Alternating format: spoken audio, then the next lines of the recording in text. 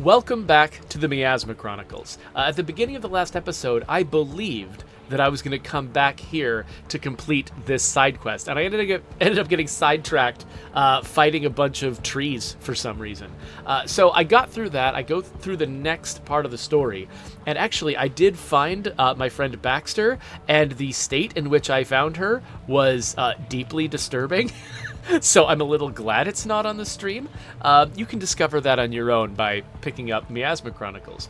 But now I am back. So the last time we were here, I believe it was episode 2, and we were severely underleveled for this challenge. We were at like level 3 or 4 or something at the most, and I only had Diggs with me. It was just what is my character's name? Elvis. It was just Elvis and Diggs by themselves against a bunch of frogs. It was just way out of their league, and they didn't even have the capacity to execute stealth kills. Well, now times have changed. Now we have Jade, who is our stealthy sniper. Stay here. And if I arrange this right, I should be able to take out this skull crusher without alerting anyone else. Now, let's let the spawn lord amble by. But I think it'll tell me. Oh, no, that scout is looking at that skull crusher. So, we've got, Lee the Looktar? I don't know who Lee the Looktar is, but they seem bad. Okay, so my tactic is going to be, if I can eliminate a skull crusher before we even start the fight, that will be ideal. Also, when we actually get started, the first one I want to kill is the Witch Doctor, because the Witch Doctor is going to make it really frustrating to fight all the rest of them, because they're going to be healing everybody. So, okay, so if I want this Skull Crusher to be silent killable, I need to get them out of view of that scout. So there's a couple ways we could do this. One is to distract the scout, so it's looking away from the Skull Crusher. And actually, maybe that's the best move. Let's look and see which. So that scout is looking left. I don't think the. All the frogs are talking now. So, okay, the Witch Doctor and the Gunmaster. The Gunmaster's looking at that scout. Oh, the scout's looking away. Oh, I didn't know that scout was on a cycle. Okay, hold on. We might be able to nail this Skull Crusher now. Yes, okay, so you can see there's no red lines coming off the Skull Crusher. That means they're shootable. And my gun just automatically does the exact right amount of damage to kill it, which I don't think is a coincidence. I think the fact that my first silenced gun does a base amount of damage that is exactly equal to the base health of the lowest level enemies, I think that is fully intentional. So bodies are not visible to enemies, so, it's just there so that I can remember, treat it like a trophy, basically, but the enemies will not see that dead body and react. In fact, it dissolved. Oh, must have been consumed by the miasma. All right, so this scout over here, the one that moved away, I'm wondering, like right now if I shot him, I'm pretty sure that Gunmaster would see the death. But when he walks to the edge, to the other edge of his movement, I'm wondering if that puts him in a position where I could snipe him away. So let's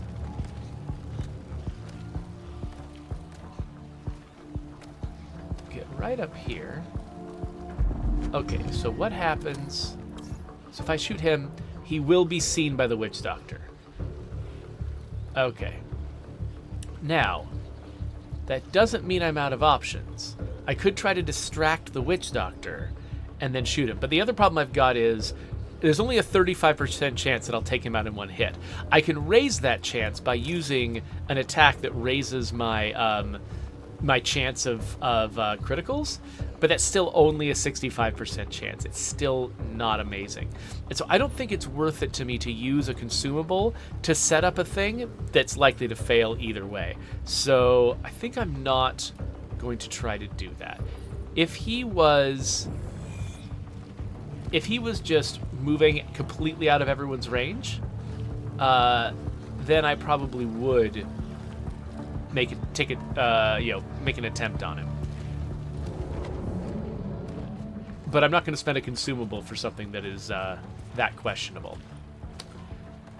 So what I'm going to do instead is gather my people in a position where I can take out the witch doctor as my first priority. So let's let this scout move away again.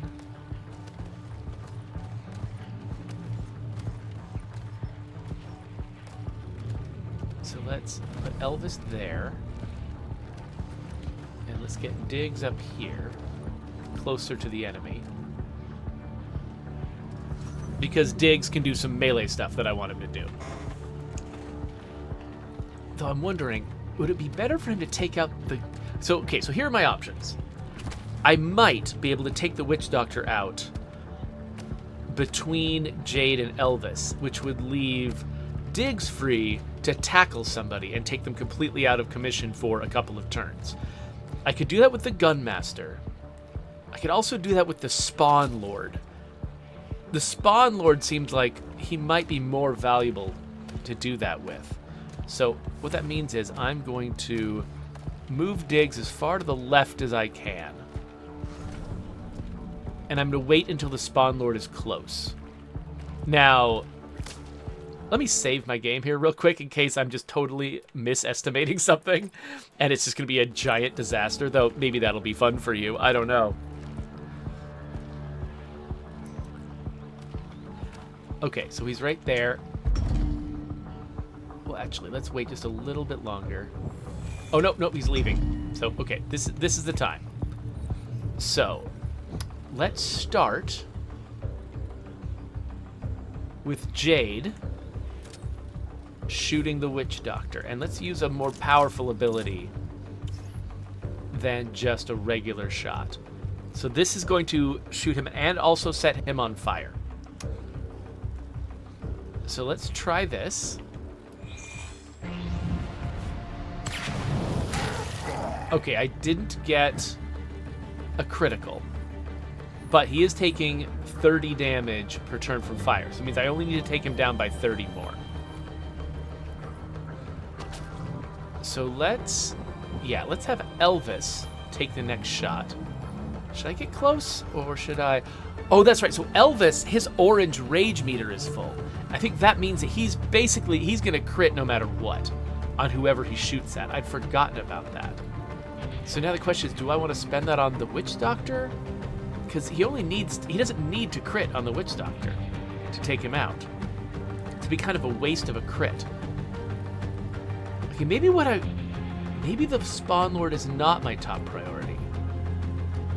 Maybe I should use the opportunity of that automatic crit to do more damage to somebody like Lee the Luktar. So let's actually switch back to Diggs. And let's have Diggs shoot at this guy, because that's going to take the Witch Doctor down far enough the Witch Doctor will die the next turn. So let's do that.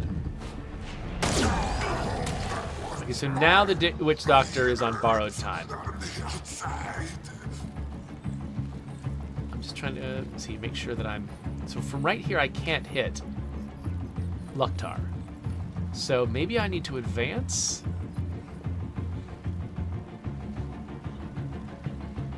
Yeah, so Luktar is the one who looks... So he's got more armor but less health than the Gunmaster. I don't know what kind of damage he does. I don't know what kind of guy he is. So he's kind of the biggest unknown for me. So yeah, I'm going to run up here. And then I'm going to fire my acid attack, which will not only damage him, but also start whittling his armor away. So I'm not expecting to kill him immediately, but if I can start whittling him down early on, that'll make him easier to deal with later. And if the Witch Doctor dies, Witch Doctor can't heal him.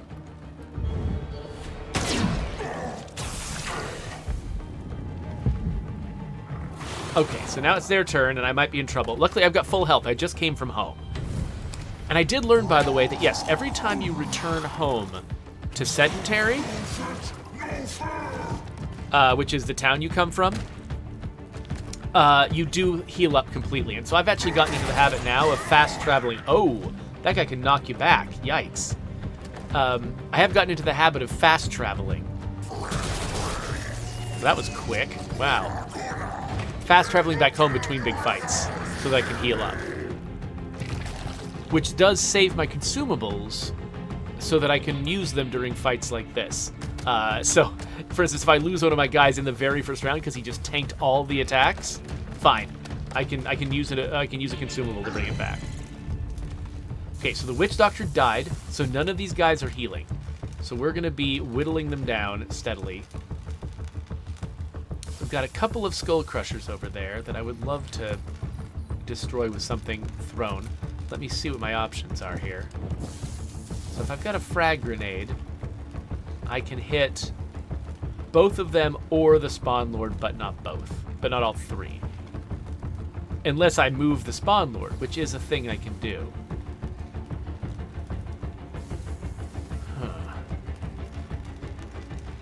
Let me back out of that, though, because another option I have to take out those Skull Crushers is to have Jade...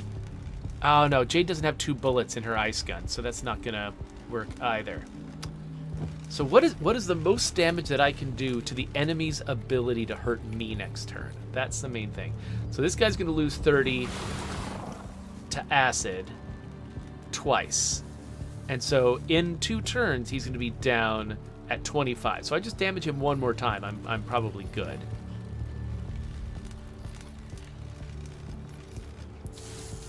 Okay. I think the first thing that Elvis needs to do is heal Diggs. So let's heal Diggs.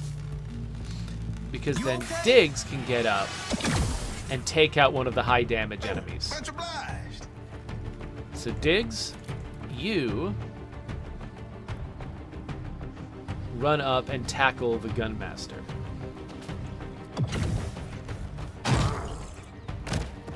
So the Gunmaster's out of commission for a couple of turns now.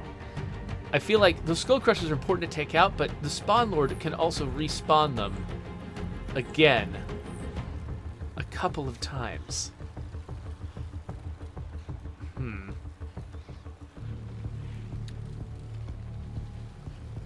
So I'm not sure. I think taking out the Spawn Lord should probably be a priority for me, so he doesn't keep spawning more dudes. But it's hard when he spawns enough dudes that they also need to be priorities. Actually, so I wonder how much damage would Elvis do if he used his... Oh, he doesn't have enough energy. That's right. Okay. Well, let's have him use his armor removing attack on the Spawn Lord. So we'll... Oh, wait, no, he's already... Oh, he's only got one more shot left, doesn't he? Because he's the one who healed his friend. And because he's only got one more shot left, I don't want to waste it on somebody who is hiding from him. Oh, but I've got 2 different weapons. So I've got my assault rifle, but I've also got my tactical disc. So this is my tactical disc. So you can actually aim this. You aim this thing manually, and what you're trying to do is bounce it off something so that it can hit an enemy. And the more different things you bounce it off, the higher the crit. So, like, well, I don't want to shoot Diggs, but like if I bounced it off multiple things to hit Lee the Luktar, I'll have a crit of 65 instead of the crit of 25 that I have just bouncing it once to hit the Spawn Lord. So that's a neat idea, trying to find the most complicated path I could possibly take. But the main advantage I get from it here is the fact that normally that Spawn Lord, if I shoot him directly, he's got a 50% chance to hit. But if I bounce it off something so that it's ignoring his cover, he's at 90%, which is much easier to do. So I think that's what I'll do. So I take off his armor and hit him. And he's at 120. Dang. I was about to say that maybe Jade could take him the rest of the way out, but I don't think she can.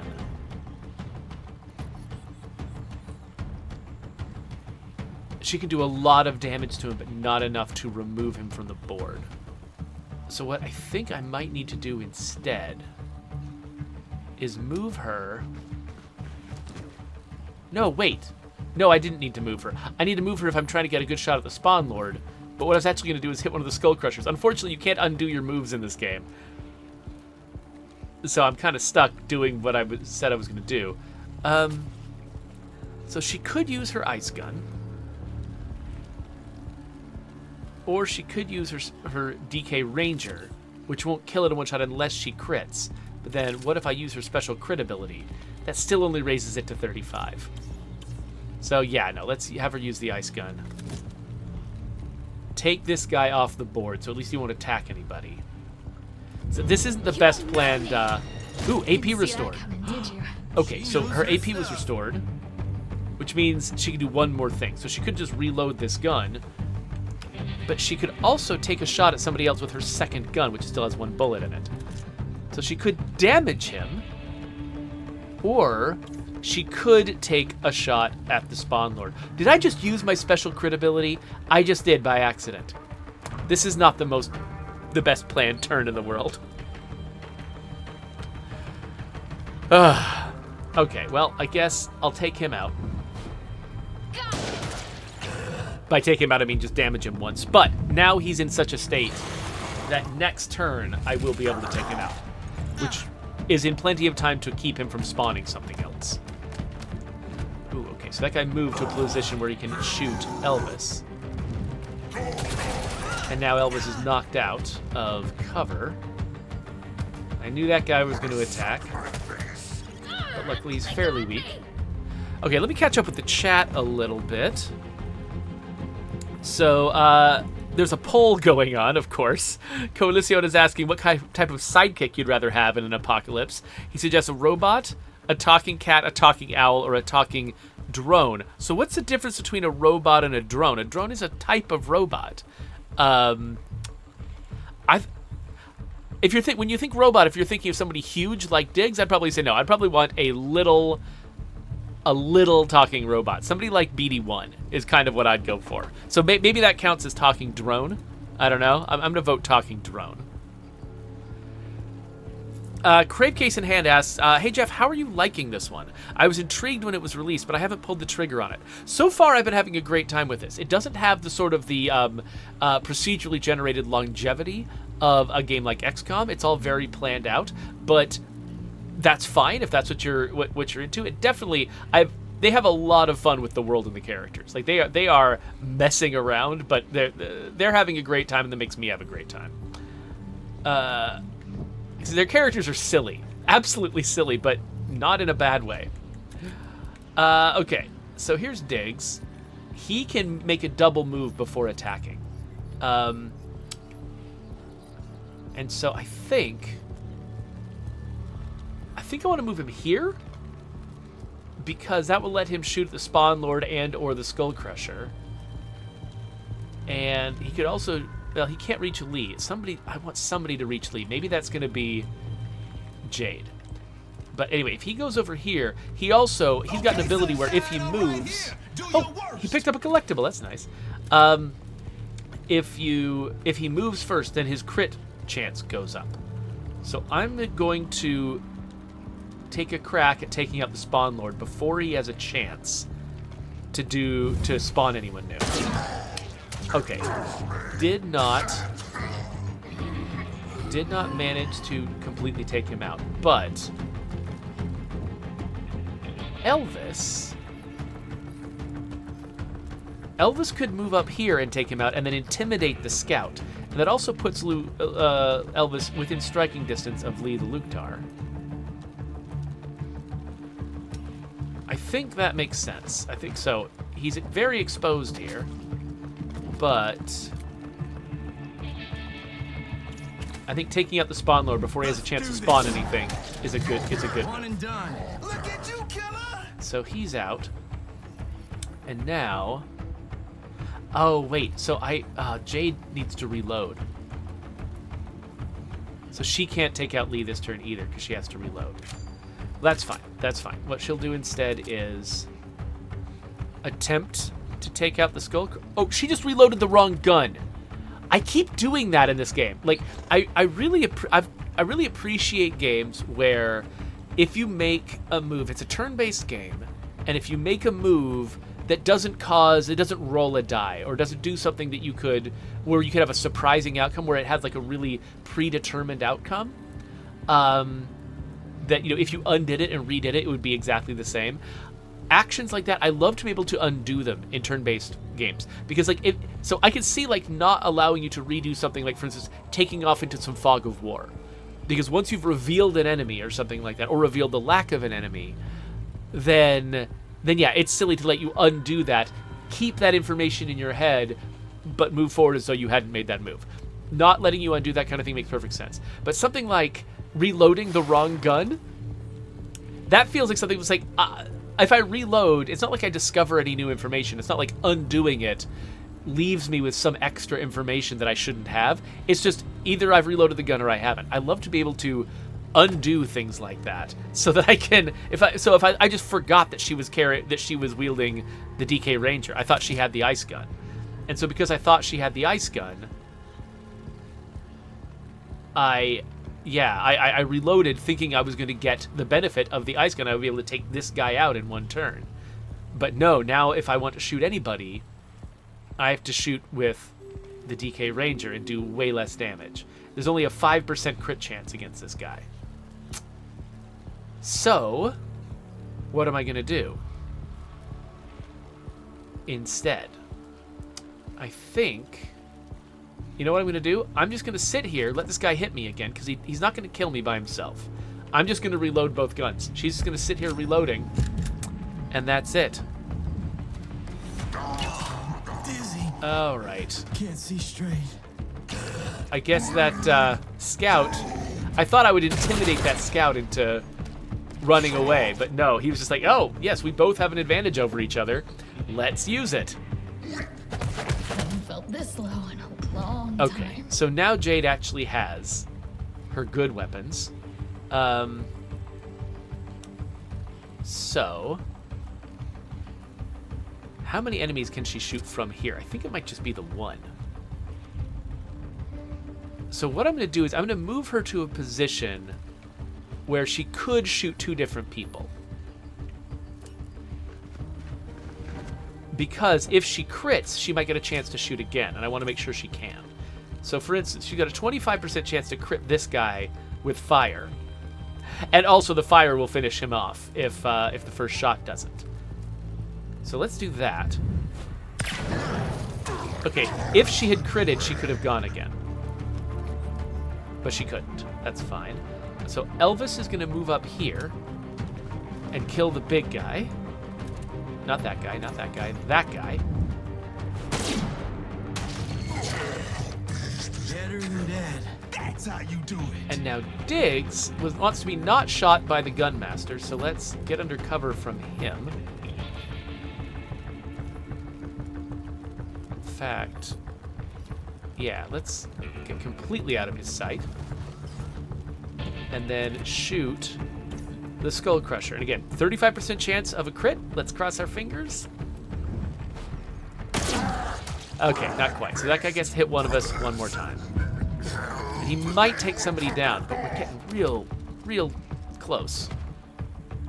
Okay, so that Gunmaster, to move that far and flank us. No, she's injured. To move that far and flank us, he had to not fire. Okay, so we've only got, it's 2v2 now, so I think we're not gonna spend a consumable to get Jade back. And again, Jade should be standing. Like, if I had not reloaded the wrong gun, she would have killed that Skull Crusher, and this would not have happened. So, because that was just an accident from misreading the UI, I feel vindicated that this is unfair. But, so Coalition's poll, by the way, most people in my chat did vote for Robot as their sidekick. So, okay. So Elvis could use his acid attack on the Gunmaster and then leave Diggs to take out the Skull Crusher.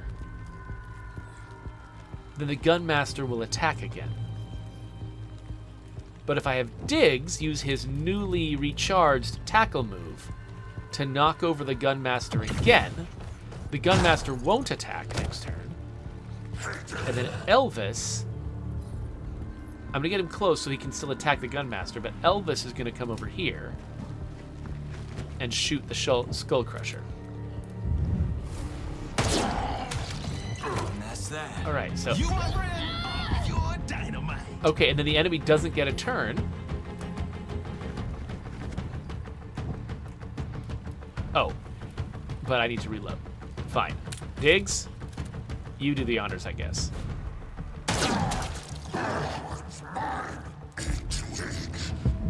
And now he gets up, but he still can't attack. Getting up is the only action he can take this turn, I think. So... Reloading. Diggs just quickly reloads as he gets up. So yeah, because of his armor, he's a lot harder to kill, but we've got him.